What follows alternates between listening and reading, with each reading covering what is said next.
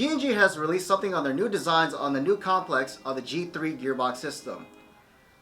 Basically, their new top tech line. Is it something that you would basically want to cop out? Well, let me tell you reasons why it's a yes.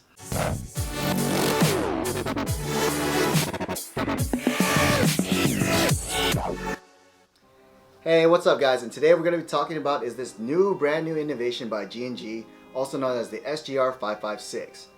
Now, what's nice about this compared to the G2 series is the G3 has a lot more features than you would ever expect. So expect this to be a long video for the review of this setup.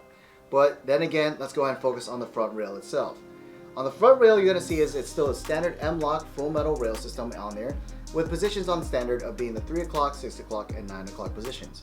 But wait, there's actually more on there because of the fact that you'll also have it on the 8 o'clock positions, the 4 o'clock positions, and as well to that does help out when it comes to putting other offset, 45 offset accessories like flashlights or red dots. I mean, that would help out when it comes to close quarter otherwise, because of the fact that, say for example, you have a magnified optic like we do here, this would help out in regards to keeping it more of the agile or versatile setup for such a long range airsoft gun. Now, the outer barrel itself is a 13.5 inch length in regards of it, as well as a 14mm counterclockwise threading. Also, the rail does come as a monolithic, so it's basically no interruptions going from the rail itself to the receiver, which means there's a lot more real estate for the top end for any other accessories you want to put in. Other than when we talk about the rail itself, let's actually talk about trademarks and the receiver. So for trademarks for G&G, you're going to see those trademarks on exactly on the rail itself, on the lower end of the receiver, on your bottom end of the motor plate, and as well to that, you're going to see it on the top end of the receiver and the dust cover. Basically, G&G has a good reputation of showing, hey, if you're rocking a G&G, they want you to see it where you can flex it.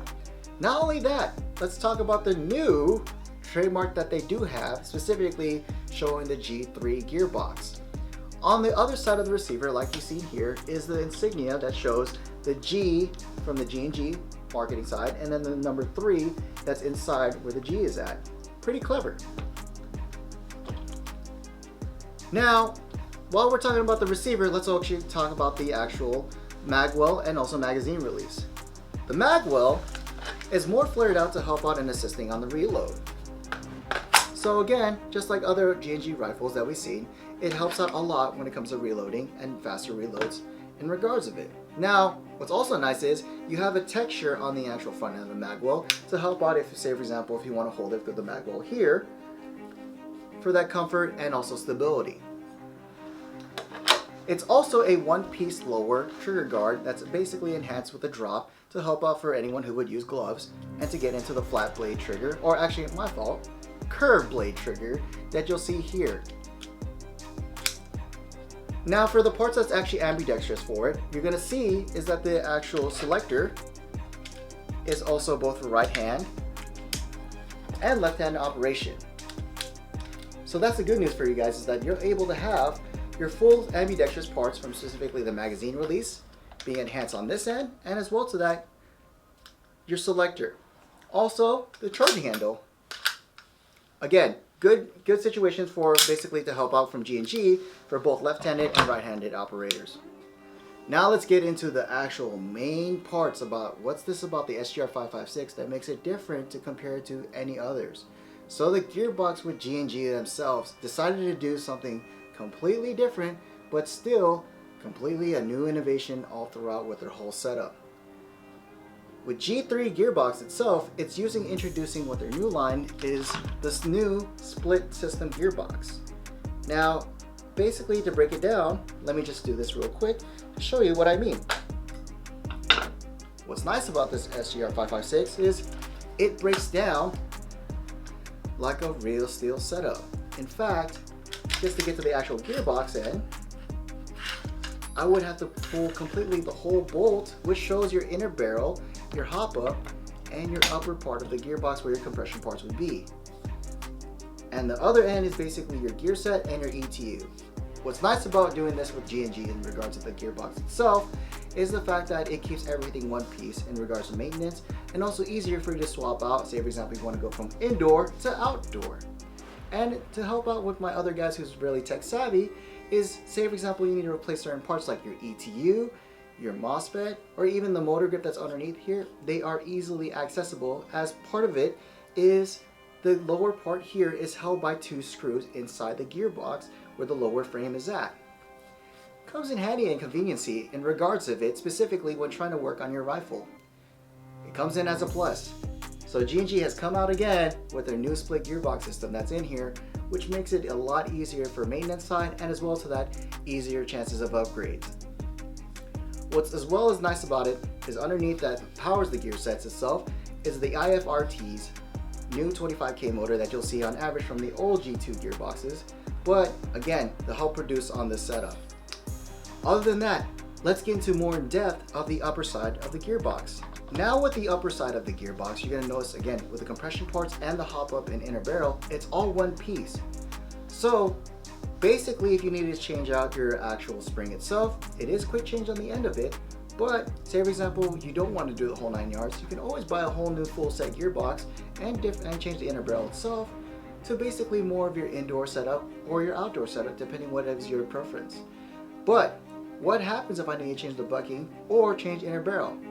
Well, that's good as well too, because you can always swap it out, because there's a little latch here that will release the HopUp, and basically you would just twist and pull and it would reveal the proprietary HopUp chamber all throughout. What's nice is it's still the same way as you would actually change your bucking or your inner barrels, just removing the C-clip on here, and then you would be able to extract the bucking and inner barrel changes. Now, for the inner barrel itself, it's already a 6.04 Type 4 barrel. So, a lot better, not as good as the Type 4 barrels you see from like Lilacs or any other 603, but it still will go a long way for out the box. Here's another cool part about this actual setup itself. Now, always wonder about for training side, you notice how basically there's always cutoff levers to basically stop it from shooting around the certain rounds or when it empties the last round. How does G&G do it with using other type of magazines? This is where it gets really interesting.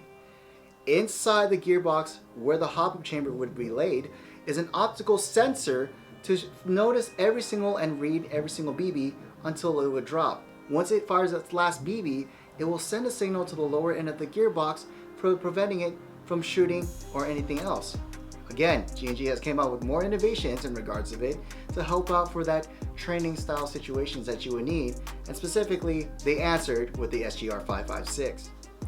So remember how I talked about how G&G basically gave you the ETU system on this thing? Now let's actually talk about more in depth about the Mosfet and the ETU.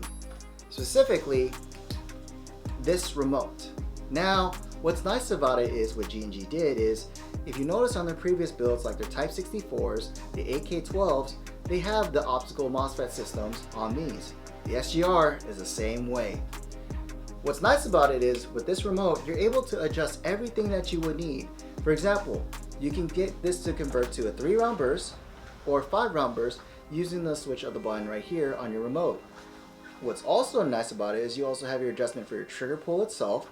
You also have your Decocker and maintenance tool on the button to basically help change it if you have some working that you need to work on the gun for it.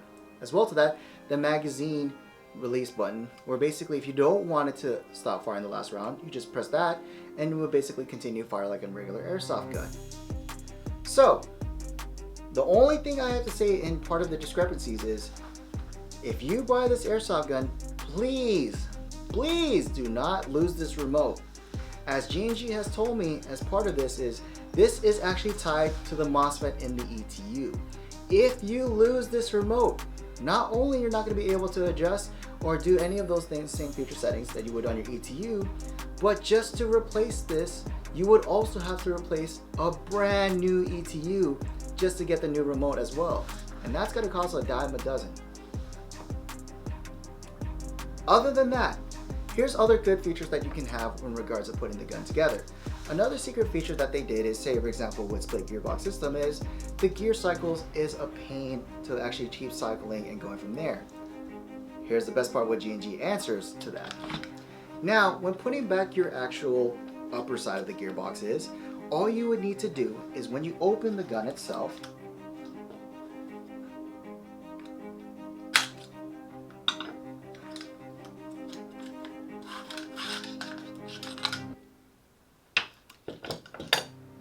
the way to basically have it where the Mosfet or the actual gear sets to stay and reset, you would just hold the switch on the bolt catch itself and fire it to basically what that will do is help reset and reprogram the gear sets to go back to the regular setting positions to put back your upper side of the gearbox. Again, G&G has found ways to basically help out with the new innovations and to help you out to put your gun into full performance. Not only that G&G innovated their new gearbox setup, which is actually impressive right off the bat, but they also helped out in improving their stock. This is the G&G GOS V8 stocks. Now, one thing I do like about it is the fact that you still have storage and also still have the streamline for easier to aim down any type of sight. This helps out a lot. Specifically, you have now multiple options to store your battery for specifically on the buffer tube side and as well to that where the padding would be. What on average of basically putting an 11.1 LiPo 1000 milliamps, you can do it on either or, which actually comes in handy for specifically such as Mosfet games and as well to that or any other field games where you can just swap out the batteries on the go. Also, and part of the actual G&G SGR 556, you'll be able to see is that it's actually wired to DINs. Now, DINs is a better connection surface in regards of it than compared to the regular Tamiya. But what's nice about that is the fact that when you have this on the optical Mosfet, it's already part standard at being DINs. The way better lineup. Now we're at the most important part about basically talking about the gun is basically, of course, that we all need to know is magazine compatibility. The good news is with G&G is they come with their GOM V2 MidCap magazines. Now what's nice about it is the fact that it has the follower to finish every single round. The only drawback is it only holds 105 rounds inside the MidCap. But here's the best part. If you still have your high cap magazines, you'll still be able to use it. Now the problem is just with this actual ETU system is the fact that you would need to keep winding the magazine itself. And the issue is the fact that once it actually dries on the mid-cap or other high-cap magazines you will see, you would need to press the bolt catch to reset it to continue to go off and continue firing rounds. This will happen every single time the gun goes empty. Other than that, let's check out other mid-cap magazines. For example, if you have your certain replicas of P-Mags, they'll fit and feed just fine. What about the PTS EPMs? The PTS EPM magazines will fit and will feed. Again, but the only thing is regards to the high cap issues is, yes, they'll feed everything, but again, you would need to continue to hold the bolt catch once the gun is empty.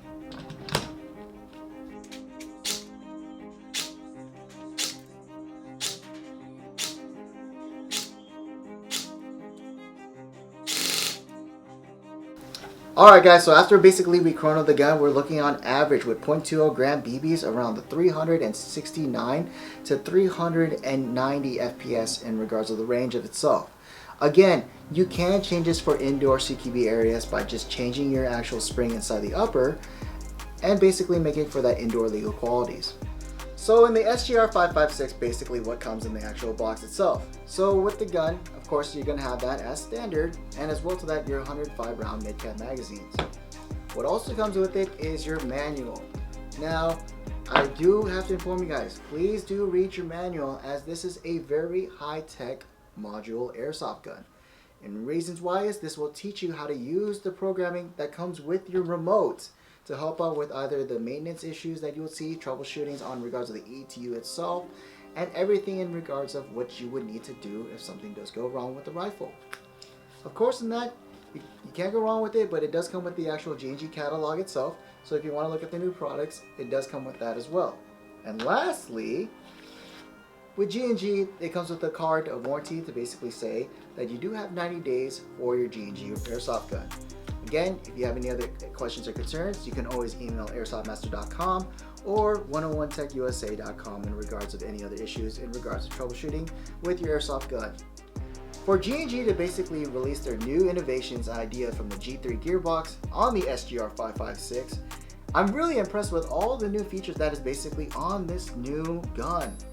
Again, the new optical sensors that's on the actual trigger itself is equivalent to, I would even say, closer to the gate timing and other opticals that you'll see. As well as that the impressive idea of the cutoff sensor switches that you'll see internally on the upper side of the gearbox where the HopUp would lay to cut off the features of using any other magazine to cut off the rounds once it's actually empty. That's a big plus. For a split gearbox system itself, from G&G, this is a pretty good middleman than the other ones to compare to, say, the ICS or even maybe a Sistema. Again, a very good middleman for any other training type of airsoft gun that you'll see out there. This is really a good bang for your buck. But again, the opinion to each his own. But what do you guys think about it? Drop a comment below on the YouTube channel. And again, if you do want to see this and more information on it, go ahead and check out airsoftmaster.com. My name is Mike. I'll see you on the next episode. This video is brought to you by Airsoft Master.